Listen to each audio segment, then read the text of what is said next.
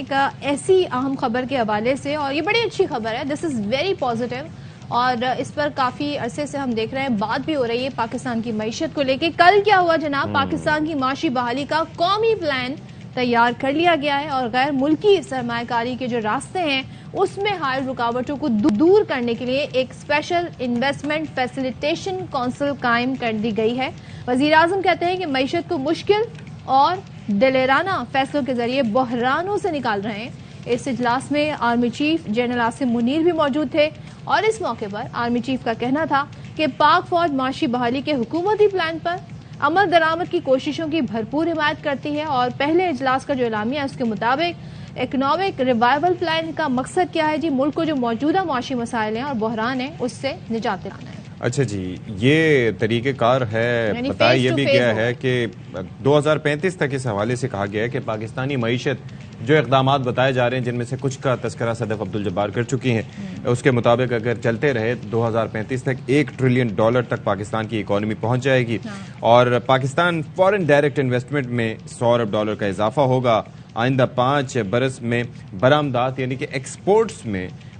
$70 ارب تک ان کو پہنچایا جائے گا۔ ابھی تو ظاہر ہے کہ جو صورتحال ہے اس کے اندر نہ امپورٹس پراپر ہو رہی ہیں، کیونکہ جس طرح سے آپ دیکھا ہے کہ پابندی لگی ہے، لیکن اس کا ایک فائدہ یہ ہو رہا ہے کہ آپ کا جو کرنٹ اکاؤنٹ ڈیفیسٹ ہے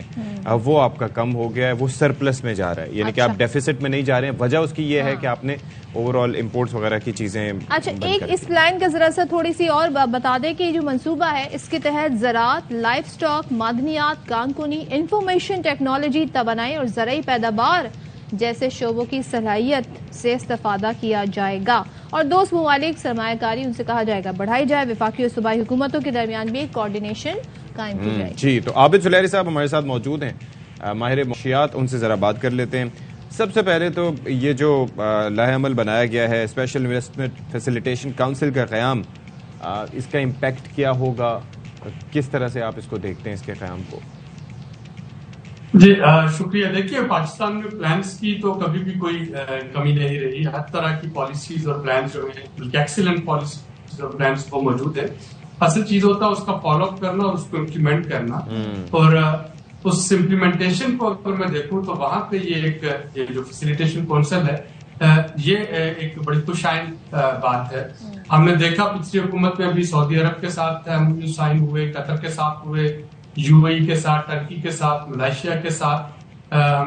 ہمیں بتایا گیا کہ انویسٹمنٹس آ رہی ہیں، لیکن اس کے بعد بہت سی وجوہات کی بنا پہ وہ چیزیں مٹیریلائز نہ ہو سکی، اور اس میں ایک وجہ جو تھی وہ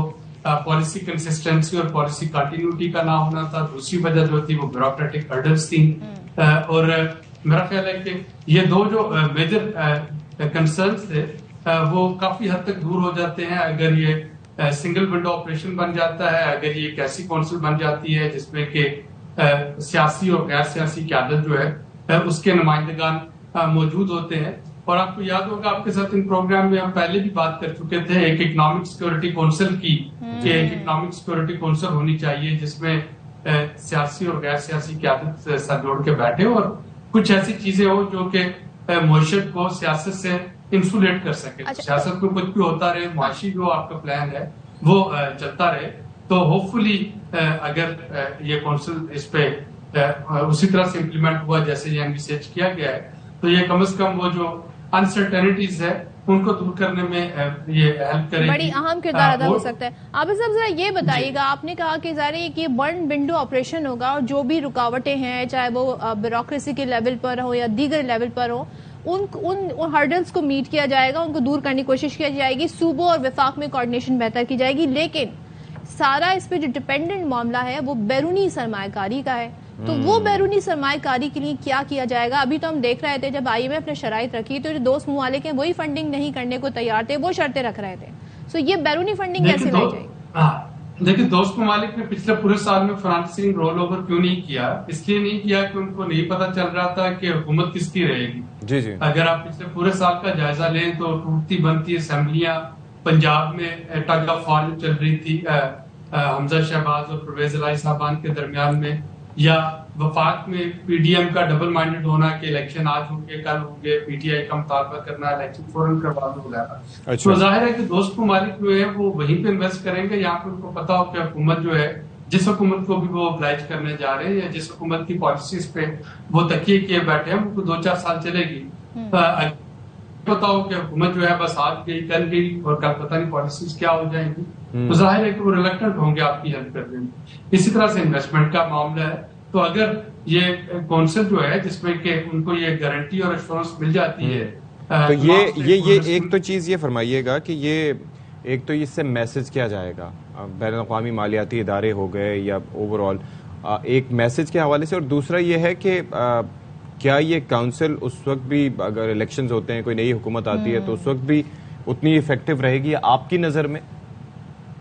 دیکھیں ہونی تو چاہیے کیونکہ اس میں جو تمام بائی نیم تو کوئی اس کا ممبر نہیں ہے نا، اس کے ممبرس جو ہیں وہ تو بائی ڈیزگنیشن ہے. تو اگر بائی ڈیزگنیشن وہ ممبرس ہیں تو جو بھی الیکشن کے بعد آتے ہیں وہ ڈیزگنیشن چیف منسٹر ہیں، وہ پرائم منسٹر ہیں، منسٹر آف انرجی ہیں، منسٹر آف فائنانس ہیں، یا باقی تو وہ لوگ اسی طرح سے رہیں گے. اور جو میسج آتا ہے وہ یہ ہے کہ آپ کو ایک گارنٹر انویسٹر کو چاہیے. یعنی ہم بھی جب کسی کہیں پہ انویسٹمنٹ کی بات کرتے ہیں، کہیں پہ لون کی بات کرتے ہیں، تو سب سے پہلے ہمارا کولیٹرل دیکھا جاتا ہے ذاتی سطح پہ، پھر ہمارا گارنٹر دیکھا جاتا ہے. تو ملکوں کو بھی گارنٹرز چاہیے ہوتے ہیں کہ آپ کے پاس آپ کا جو اگر پولیٹیکل سسٹم ہے وہ اسٹیبل نہیں ہے تو کس طرح کی گارنٹی یا کس طرح کی ایشورنس جو ہے وہ دلوائی جا سکتی ہے. اور میرا خیال ہے کہ اس میں جو ہائی پروفائل جو آپ کی نان سویلین جو ہے لیڈرشپ کی موجودگی وہ ایک گارنٹی کا رول پلے کرے گی کہ اچھا جی یہ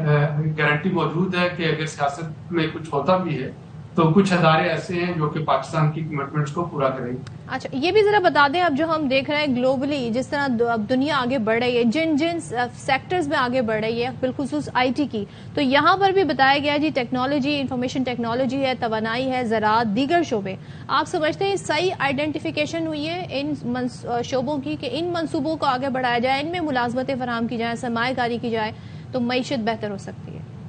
زراعت تو ہمارے لیے بہت امپورٹنٹ ہے. آپ کے پاس سارا بلوچستان جو ہے وہ انکلٹیویبل پڑا ہوا ہے. جی. اسی طرح سے آدھا سندھ جو ہے پنجاب میں آپ دیکھ لیں، تھل کا جو ایریا ہے، پوٹوہار کا جو ایریا ہے، تو زراعت کو تو آپ کو جتنا رقبہ جو ہے زرعی رقبہ بڑھایا جا سکتا ہے بڑھانا ہوگا. اربنائزیشن کا مقابلہ کرنے کے لیے، ہاؤسنگ ڈیمانڈ کو میٹ کرنے کے لیے، بڑھتی ہوئی آبادی کی خوراک کو پورا کرنے کے لیے، اور امپورٹ سبسٹیٹیوشن کے لیے کہ آپ ایک زرعی ملک ہیں اور آپ خوردنی تیل بھی منگوا رہے ہیں، آپ پروسیس فوڈ بھی منگوا رہے ہیں، بعض کا آپ کو گندم منگوانا پڑتی ہے،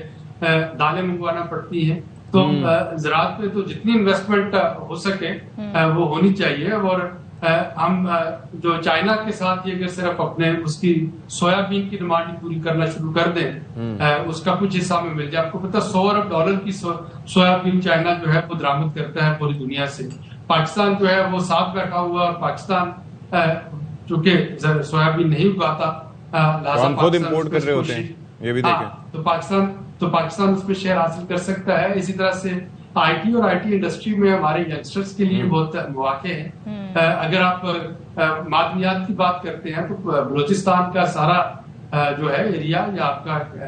جو کے پی ہے وہ سارا معدنیات سے بھرا ہوا ہے. اچھا ایک چیز مجھے یہ بتائیے گا، یہ تو چلے پلانز ہو گئے، اس سے ہٹ کے میں ایک چیز جاننا چاہ رہا تھا. یہ ابھی